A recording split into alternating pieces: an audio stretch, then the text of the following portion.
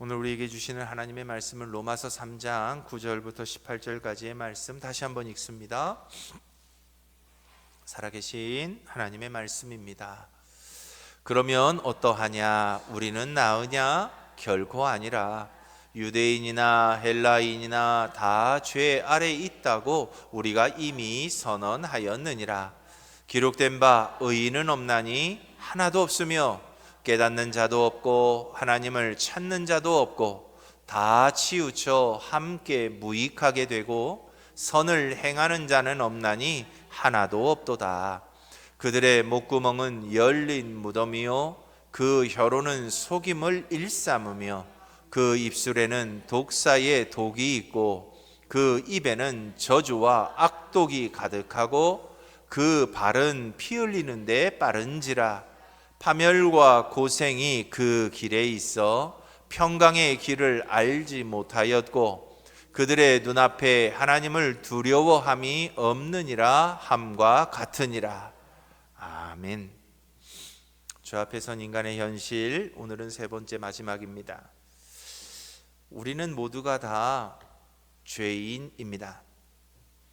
우리가 예수를 믿어 구원을 받았고 우리의 죄 사함을 얻었지만 그렇다고 해서 우리가 착각하는 것처럼 우리는 전적인 의인이 되어서 이 세상을 살아가는 것은 아닙니다. 여전히 우리는 죄인으로 살아갑니다. 다만 예수의 십자가의 보혈이 우리를 덮어 하나님이 보실 때 우리를 의인으로 인정해 주실 뿐입니다. 그런데도 우리는 예수를 알지 못하는 세상 사람들과 우리를 비교하며 우리는 다 의인인 것처럼 착각하며 삽니다.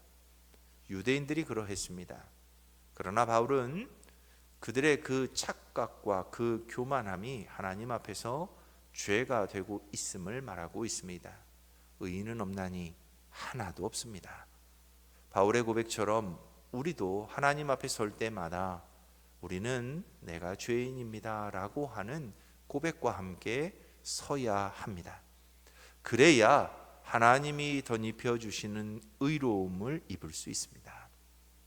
또 이런 죄인의 삶의 자리에서 가장 우리의 죄성이 드러나는 것이 우리의 언어 생활이었음을 지난주에 살펴보았습니다.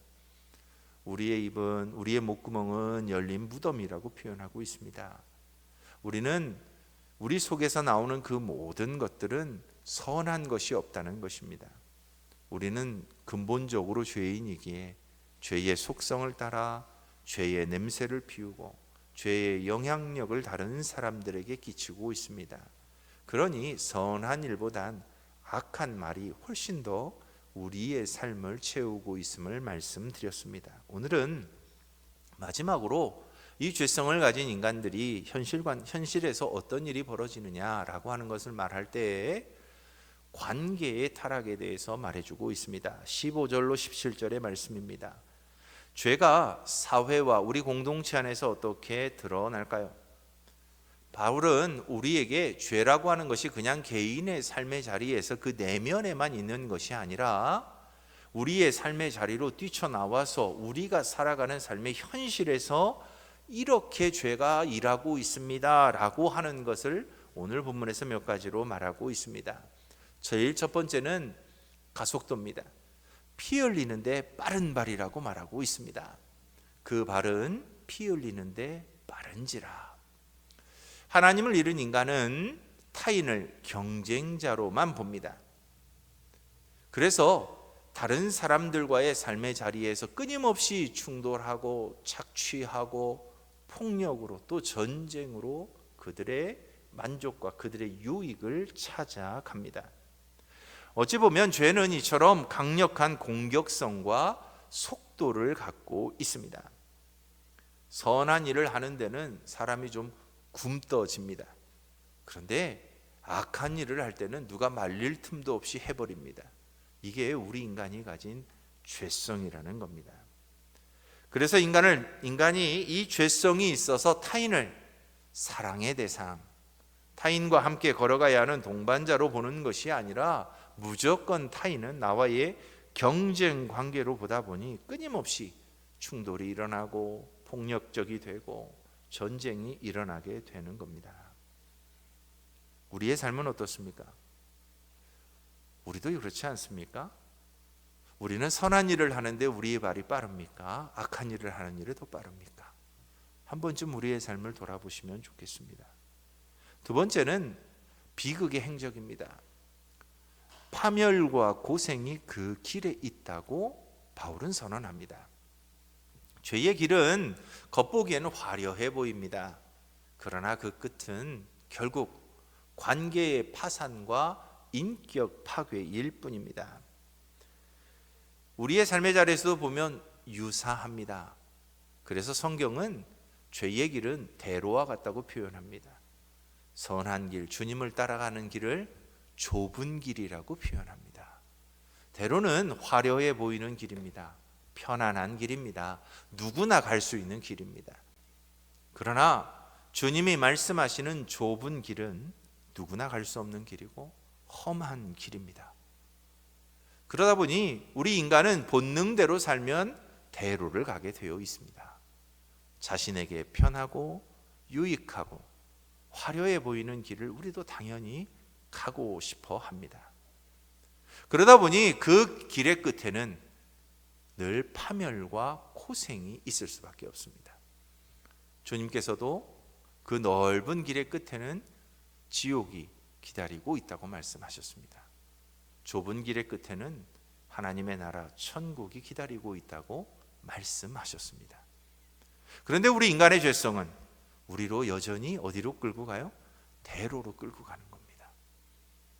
그래서 파멸과 고생이 기다리고 있음에도 우리는 잠시 잠깐 내 육신이 편한 대로, 내 육신이 좋은 대로, 내 감각이 원하는 대로 그 길을 따라갑니다. 이것이 바로 우리 인간이 가지고 있는 죄성입니다.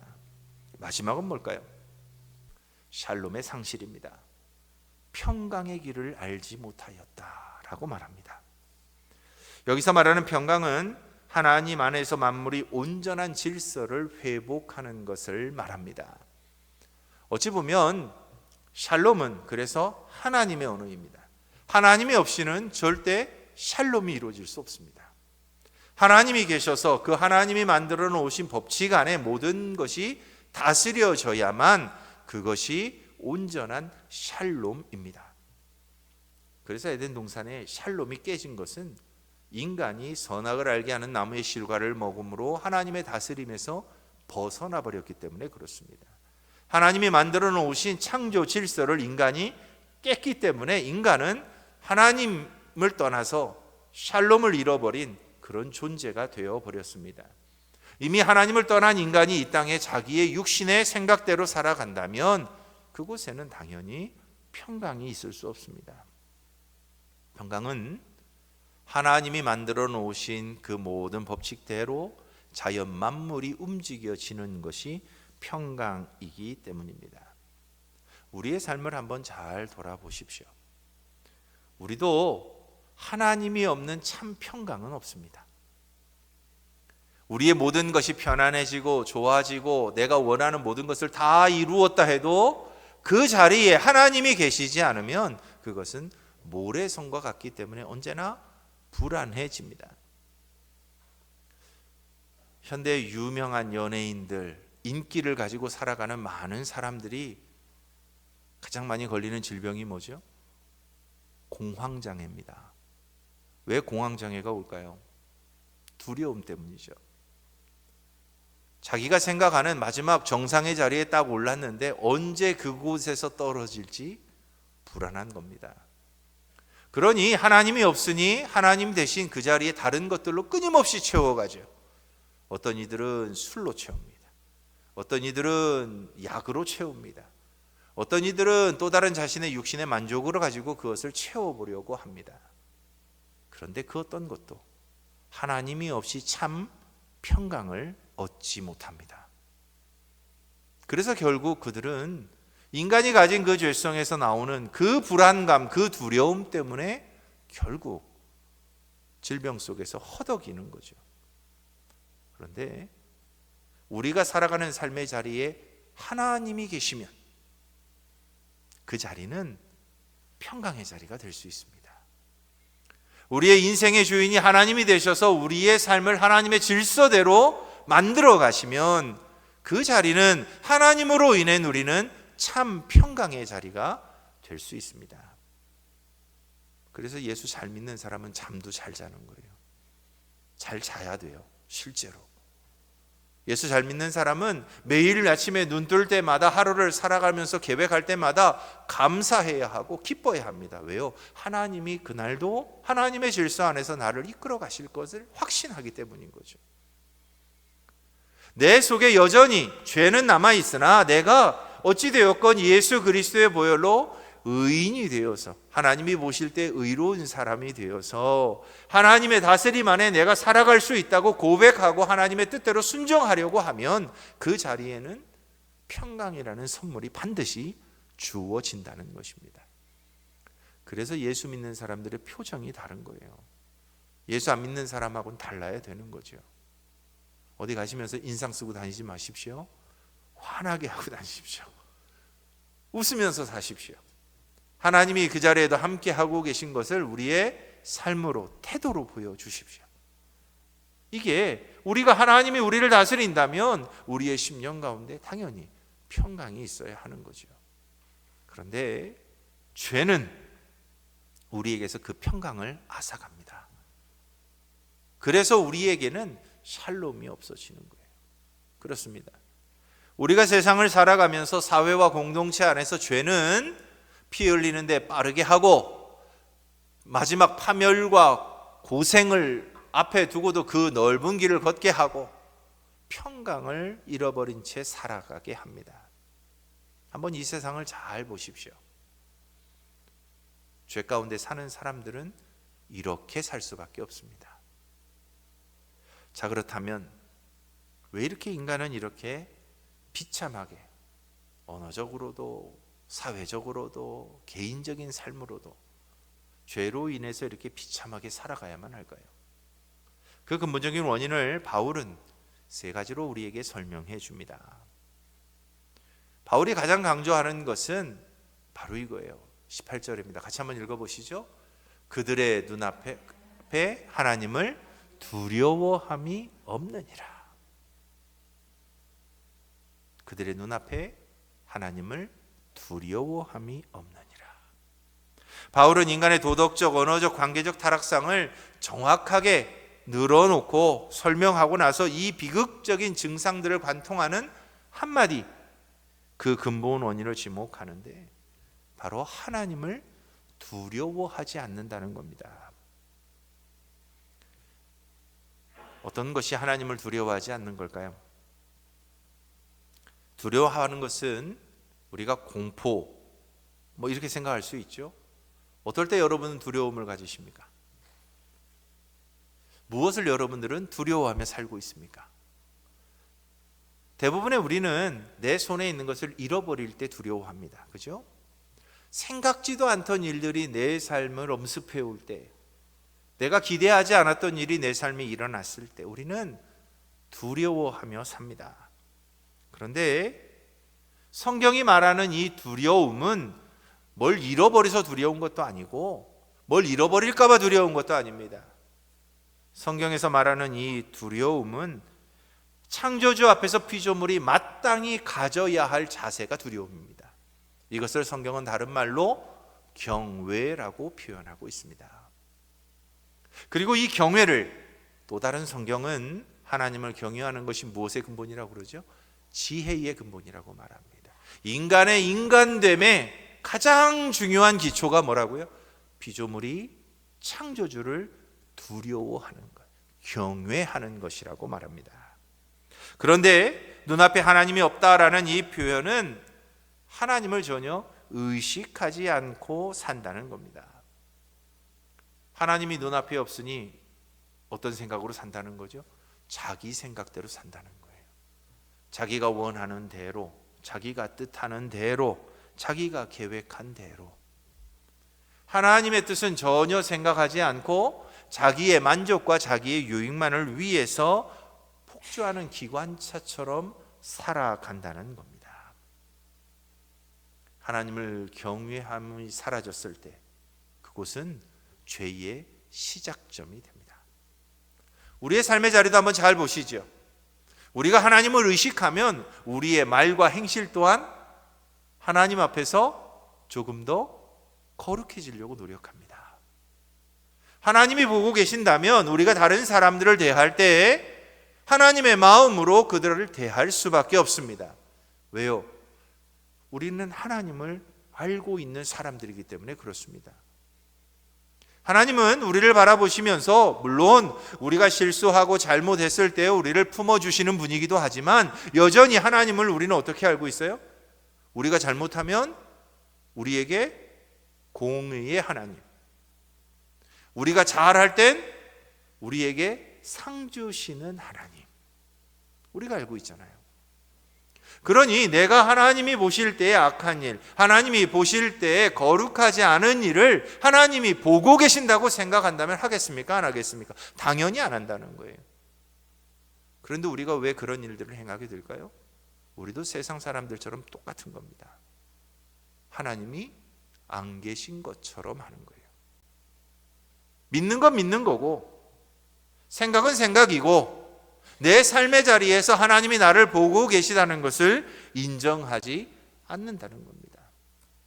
그럴 때 우리는 삶의 기준을 잃어버린 채 살아가게 됩니다. 사랑하는 성도 여러분, 한번 우리의 삶의 자리를 잘 생각해 보십시오. 하나님은요, 우리가 뭐라고 고백하죠? 무소부재하신 하나님으로 고백합니다. 무슨 뜻이에요? 안 계신 곳이 없다는 거죠. 또 우리가 고백하는 하나님은 어떤 분이세요? 전지하신 하나님입니다. 모든 것을 아시는 하나님. 내 생각도, 내 마음도, 내 삶도. 내가 비록 행동으로 실천하지 않았지만 내 머릿속에 있는 그 수많은 생각도 다 아시는 하나님. 그러니 생각하는 것도 조심해야죠.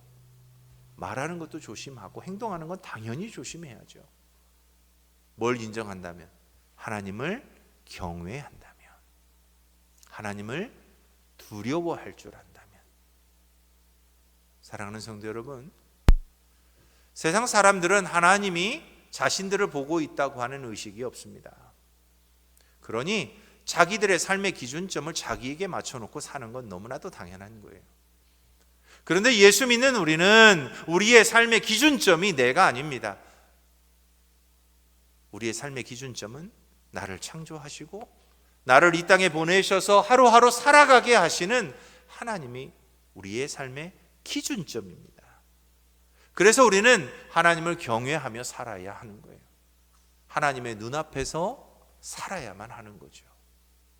그래야만 우리의 삶은 죄의 길이 아니라 하나님을 기쁘시게 하고 하나님의 나라를 위한 삶이 될 수 있습니다.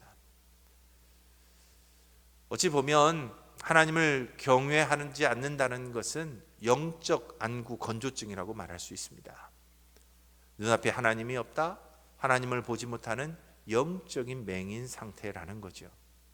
하나님의 살아계심을 인식하지 못하기 때문에 거리낌 없이 죄의 길로 내닫게 됩니다. 또한 제동장치가 고장난 차와 같습니다. 하나님을 경외하는 것은 욕망을 제어할 수 있는 유일한 근본적인 제동장치입니다.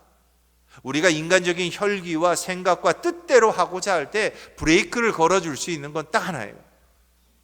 내가 누구 앞에 있다? 하나님 앞에 있다. 하나님이 나를 보고 계신다. 그러니 내가 내 혈기대로, 내 생각대로 내가 살아갈 수가 없는 거죠. 거기에 브레이크를 걸어야만 하는 거예요. 그런데 이 장치가 고장나면 우리도 세상 사람들과 전혀 다를 것이 없습니다. 폭주하는 기관차가 되어버리는 거죠. 사랑하는 성도 여러분, 지나온 우리의 삶의 자리들을 한 번쯤 이 시간 잘 돌아보시기 바랍니다. 우리가 하나님 앞에서, 아니 우리가 다른 사람들에게 실수할 때, 혹은 다른 사람들을 비판하고 다른 사람들에게 악한 일들을 행할 때에 우리의 마음과 생각 속에 과연 내가 하나님 앞에서 살아가고 있는 것을 인정하며 살았는지를 한 번쯤 기억해 보시기 바랍니다. 아마도 우리의 삶의 자리엔 세상 사람들처럼 하나님을 경외하는 마음이 없었을 거예요. 그러니 우리가 우리의 육신의 혈기대로 말하고 생각하고 행동했을 겁니다. 그러나 바울은 우리에게 분명하게 경고해 줍니다. 이건 죄의 근본 원인이니 우리는 그 길을 떠나라는 거예요. 그래서 여호와를 경외하며 사는 사람이 지혜로운 사람인 겁니다.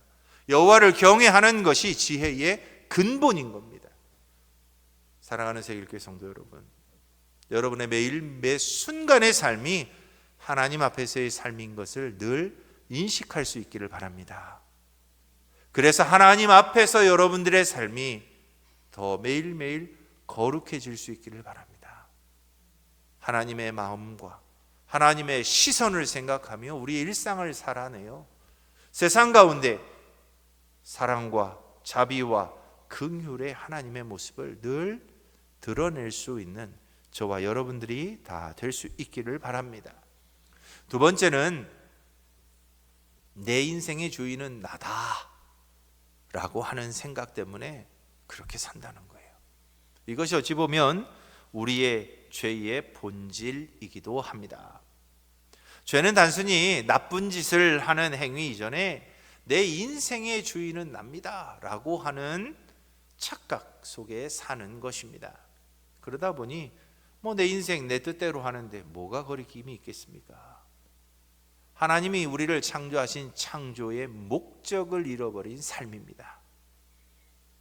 사랑하는 성도 여러분, 우리들 모두는요, 하나님이 우리를 만드신 특별한 목적을 갖고 이 땅에 존재하고 있습니다. 우리가 그 사실을 인식하지 못할 때에 우리는 세상 사람들처럼 내 인생의 주인이 되어서 삽니다. 그래서 하나님의 통치를 거절합니다. 하나님의 통치는 때때로 불편하거든요. 하나님의 통치하심은 때때로 나로 하여금 많은 절제를 요구하거든요. 그러다 보니 하나님의 통치보단 그냥 내 인생 이대로 살다 이대로 가렵니다라는 생각이 우리 속에 늘 자리 잡고 있습니다.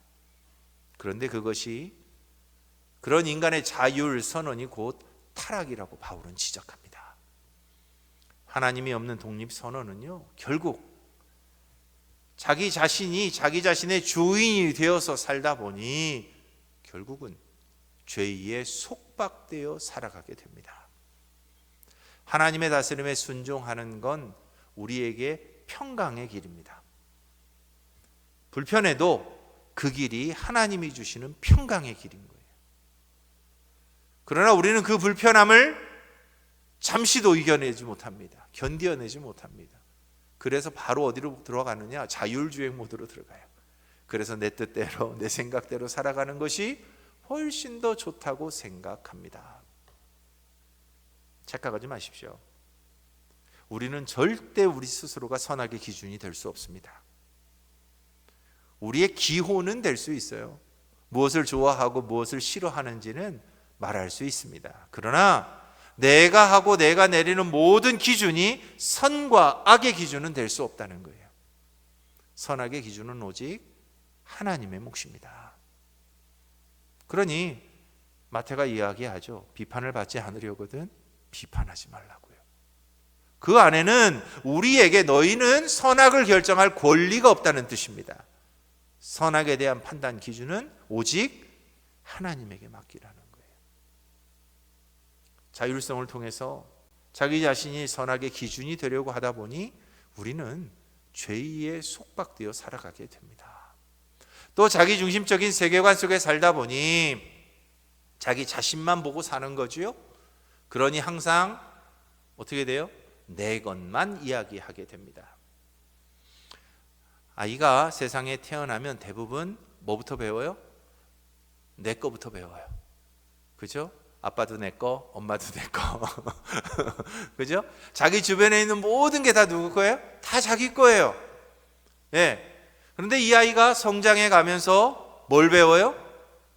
아, 내 것이 있고 다른 사람의 것이 있구나를 배워요. 그죠? 여기에서 조금 더 성숙하면 뭘 배워요? 아, 이 땅의 모든 것은 다 하나님의 것이구나. 믿음은요, 이 땅에 존재하는 모든 것이 다 누구의 것이라는 고백에서부터 시작합니까? 하나님의 것이라는 고백에서부터 시작합니다. 하나님의 것과 내 것을 구분하는 순간부터 우리는 사실 하나님 믿는 사람이 아닌 거예요. 기억하십시오. 자기 중심적인 세계관 속에서 살아가면 우리는 결코 하나님을 받아들일 공간이 없습니다. 그 사람의 마음과 생각과 삶의 자리에 결코 하나님이 비집고 들어갈 틈이 없다는 얘기예요. 그래서 자기 중심적인 세계관을 내려놓아야 되는 거예요. 그 자리에 하나님 중심으로 채워야 되는 거죠. 그래야 우리가 뭘 떠날 수 있느냐? 과감하게 죄로부터 떠날 수 있는 거예요. 여전히 내가 내 세계에 내 삶의 주인이 되어서 내 삶을 내 뜻과 내 의지대로 이끌어가려고 하는 순간부터 우리는 끊임없이 죄의 길로 갈 수밖에 없습니다. 왜요? 우리의 심령은 이미 죄로 부패해 있거든요. 그러니 자기 중심적으로 산다는 말은 곧 뭐예요? 나는 죄 가운데 살겠다는 거예요. 기억하십시오. 성도는 자기 삶의 주인이 하나님이심을 인정하는 거예요. 하나님의 다스림 가운데 하나님의 뜻대로 살아가는 길이 죄의 길을 벗어나는 유일한 길인 것을 꼭 기억하실 수 있길 바랍니다. 마지막 세 번째는요, 죄의 근본은 하나님이라는 거울 없이는 참 모습을 볼 수 없습니다. 무슨 말이냐 하면, 우리 인간은요, 하나님이라는 거울이 있어야 우리들 스스로가 뭘로 인정을 해요? 죄인인 걸 인정하는 거예요. 제가 언젠가 탈무드 이야기를 해드렸던 것 같아요. 똑같이 두 아이가 굴뚝 청소를 하고 나왔습니다. 그런데 한 아이는 굴뚝이 좀 더러웠는지 얼굴이 새카매졌어요. 다른 한 아이는 굴뚝 청소를 한 지 얼마 안 됐는지 얼굴이 깨끗해요. 누가 세수를 하러 갔을까요? 얼굴 깨끗한 애가 세수를 하러 가더라는 거예요. 왜요? 왜? 내 눈앞에 보이는 애, 자기 친구의 얼굴이 어때요? 새카맣잖아요. 그러니까 당연히 세수하러 가지요. 새카만 애는 어때요? 내 앞에 있는 친구의 얼굴 보니까 깨끗해요. 그러니 자기 얼굴도 깨끗한 줄 알더라는 거죠. 우리는요, 하나님이라고 하는 절대 진리의 거울에 비춰 보아야 우리가 어떤 존재인지를 알 수 있습니다.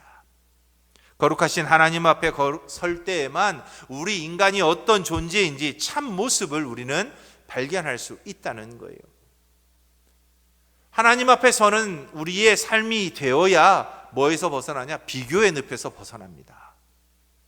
놀랍게도요, 하나님 앞에 서지 않는 인간은요, 끊임없이 타인과 자신을 비교합니다.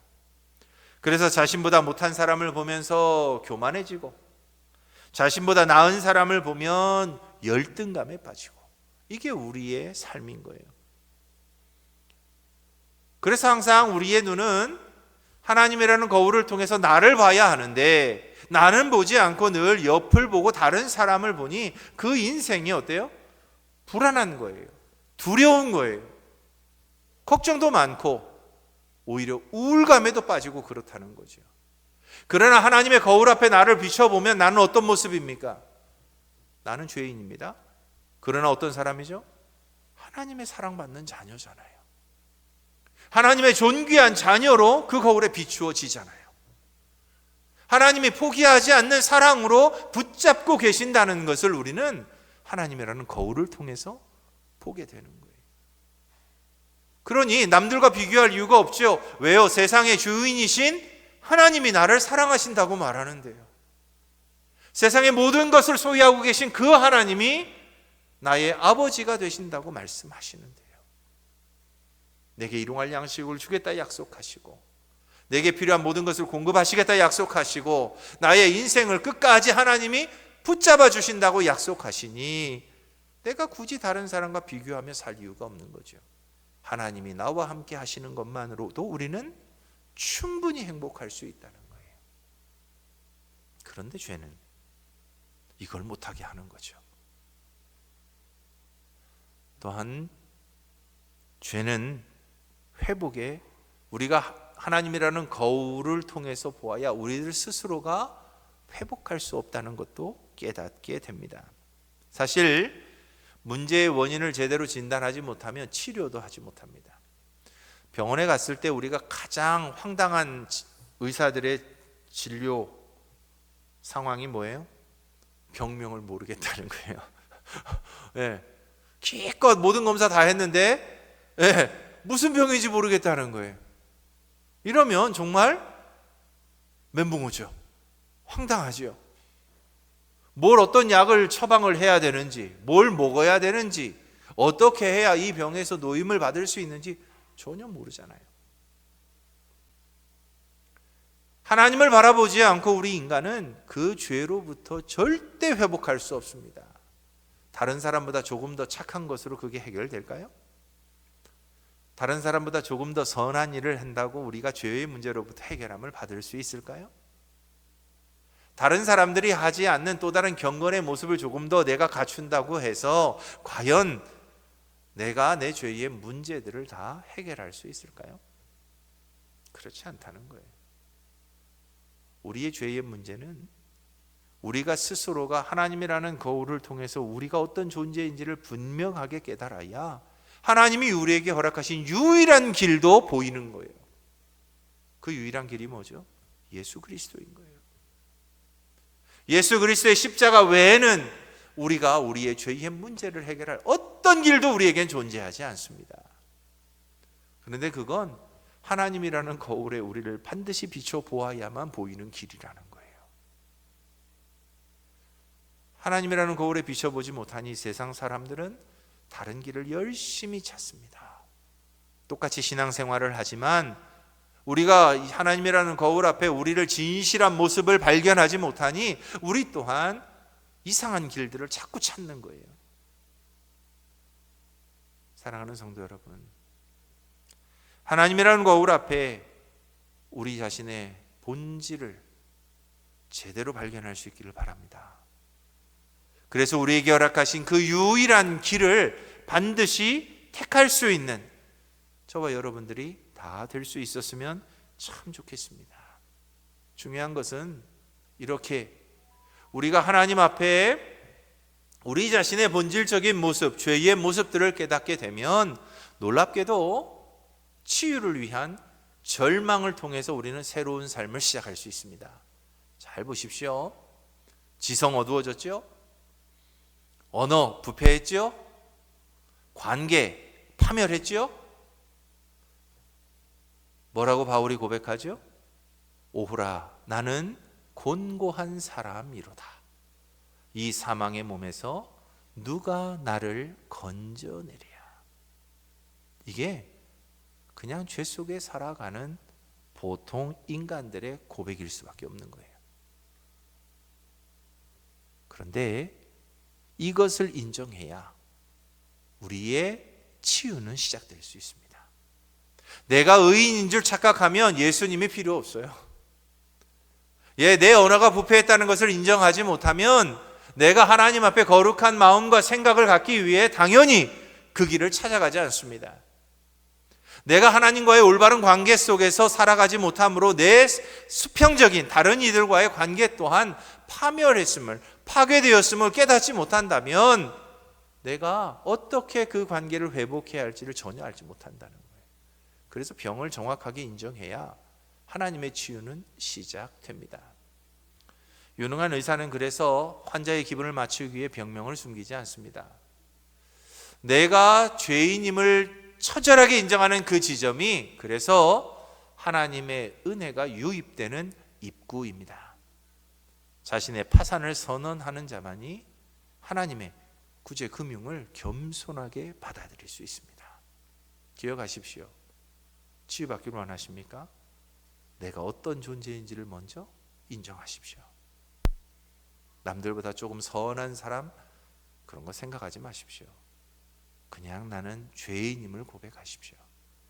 그리고 그 길을 벗어날 수 있는 길은 오직 하나님의 은혜밖에 없음을, 예수 그리스도의 십자가밖에 없음을 철저하게 고백하십시오. 그러면 회복의 은혜가 있습니다. 그래서 복음의 깊이는 죄의 깊이와 동등한 거예요. 은혜를 더 크게 누리기 위해서 죄를 짓자 그게 아니고 이미 죄인인 우리에게 베풀어 주신 하나님의 은혜가 얼마나 크고 놀라운지를 우리는 반드시 깨달아야 합니다. 얕은 죄의식은요, 얕은 감사가 나오고요, 복음이 지루한 이론이 되고 형식적인 신앙 생활이 됩니다. 그러나 깊은 죄의 고백은요, 터져나오는 감격이 있고 복음이 생명줄 되는 것을 인정하고 은혜에 또 감사가 넘치는 삶이 될 수 있습니다. 여러분의 삶은 어떤 삶이 되고 있습니까? 기억하십시오. 죽을 병에 걸렸을 때는 죽을 병에 걸린 사람만이 어찌 보면 나를 살린 약의 가치를 온전히 이해합니다. 복음은 죄의 살인을 들여다본 죄의 심연을 들여다본 사람에게만 비로소 기쁜 소식이 된다는 것을 꼭 기억하십시오. 죄를 인정하지 않는 이에겐 결코 복음이 되지 못합니다. 마지막입니다. 절망 너머에 있는 소망의 빛을 한번 보십시오. 나의 절망은 내 안에 소망이 끊어진 자리입니다. 우리는 죄인에게 아무것도 우리의 죄를 해결하기 위해 할 수 있는 일이 없어요. 그걸 인정하는 사람은요, 그 절망의 자리에서 뭘 찾아요? 소망의 빛을 찾는 거예요. 그래서 주님은 이렇게 말씀하십니다. 병든 자에게라야 의사가 쓸 데 있느니라. 죄인을 부르러 왔노라. 주님은 우리를 위해서 오셨습니다. 우리의 죄의 문제를 해결하고 우리에게 놀라운 하나님의 구원의 은혜를 주시기 위해 이 땅에 오셨음을 기억하십시오. 그래서 예수님이 세상의 빛이신 겁니다. 그래서 예수님이 이 세상의 유일한 소망이 되신 겁니다. 우리에게도 이런 소망이 있기를 축원합니다. 우리의 삶의 자리에서 언제나 주님의 손을 붙잡고 주님 안에서 온전한 소망을 꿈꾸며 오늘을 살아갈 수 있게 되기를 주님의 이름으로 축원합니다. 우리 함께 기도하겠습니다.